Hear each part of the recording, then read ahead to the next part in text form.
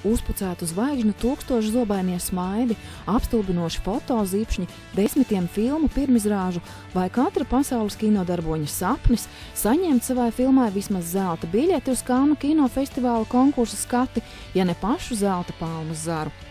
Tāda ir iespējams pasaulē prestižākās filmu skates fasāde, taču aiz tās ir daudz arī Latvijas kino profesionāļu mazāku svētku un uzvaru vainagots darbs. Kā Kannās gājas un iet mūsējiem, ko no Latvijas piedāvājam citiem un kuras Kannu filmu skrējums saldājs iesaka meklēt pašmāju festivāla apritē, par to turpmākajās minūtēs.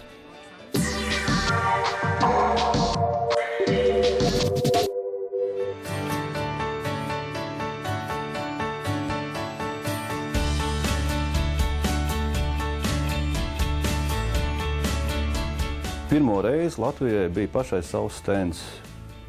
Pirmo reizi Kannās. Tad līdz šim mēs bijām startējuši Baltic Films stendā kopā ar Lietuvu un Igauniju. Bet šoreiz pirmo gadu, faktiski tā bija tāda producentu asociācijas iniciatīva, ka mums Latvijai ir pašai savs stends, Latvija Films, kas, manuprāt, bija ļoti labi. Stendā strādāja producentu asociācijas pārstāvi un strādāja arī Rīgas domes pārstāvi, Rīgas filmu fonda pārstāvi.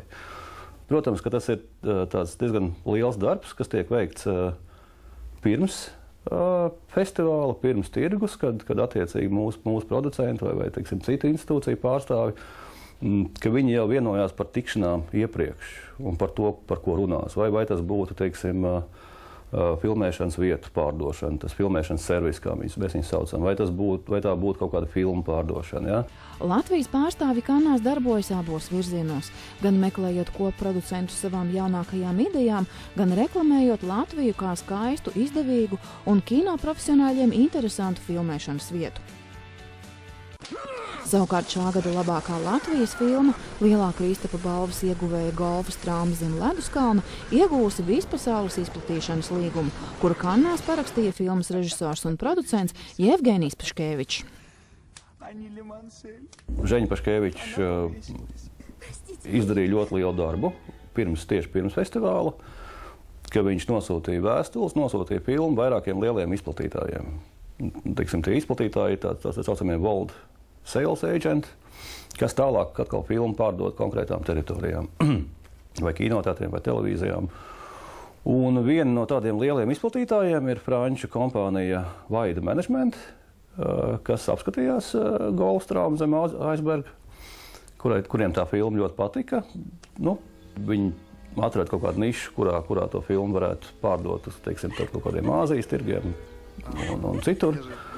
Un viņi teica, jā, brauciet uz Kannām, slēdzam līgumu. Vaida Management tā ir samērā liela kompānija, zināma kompānija ar labu reputāciju, un nedaudzām latviešu filmām ir, izdevies iekļūt šādu lielu kompāniju katalogos. Лицо ее не выражало никакого чувства. Ни доброго, ни злого.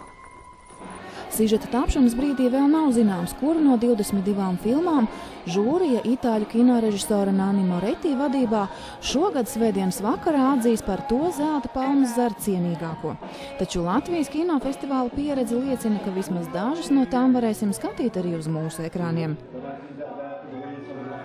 Ja ne galvenā balva, tad vismaz labākā aktiera gods tiek prognozēts startautiski pazīstamākajam dāņu aktierim Matsam Mikkelsenam, Tomasa Vinterberga filmā Medības, par to, kā nepatiesa apsūdzība bērna izmantošanā pārvēršas vispārējā mazpilsētas histērijā. Dāņu dogmas pamatlīcēja jaunākā filma aizskar sevišķi jutīgus tematus – vīrišķību, sievietes vīrieša lomu un vispār pieņemto bērnu nevainību. Es vēlējos, lai šī filma izaug par ko vispārīgāku, nevis tikai konkrētu izmeklēšanas gadījumu, bet stāstu par cilvēkiem, par mīlestību, tēva lomu, draudzību un nevainības zaudēšanu. Lai gan austrāliešu popdīvai Kailijai Minogai labākās aktrises balva diez vai spīd, franču režisora Leo Caraksa filma Holy Motors ar viņas piedalīšanos tiek minēta kā viena no visdīvainākajām un sirreālākajām konkursu filmām. Danila Vāna tēlotais Mesievs Kārs ir vīrs, kurš ar pirkstu atslēdz slepenas durvis, kas aizved viņu citās pasaulēs un dzīvēs. Holy Motors ir pirmā Karaksta filmetrāžas filma pēc 1999. gadā arī Kannās rādītā eksperimentālā mīles stāsta Pola X. Kā reālu zelta palmas zara ieguvēja kinozinātāja min arī austrieša Mihaila Haneks filmu Amūr jeb mīlestība, kura, kā rakstīts anotācijā, bez šausmināšanās skatās uz nāvi ar padzīvojušu Parīzes pāri acīm. Režisors veidoja šo filmu tieši franču kino leģendai Žanam Luijam Trentiņānam, kuru viņam pēc 14 gadu nodošanās vienīgi teātrim izdevies atgriezt kino. Pirms 43 gadiem Trentiņāns Kannās saņēma labākā aktiera balvu par filmu Zed. Iespējams, šogad vēsture atkārtosies. Tu es un monstre parfois.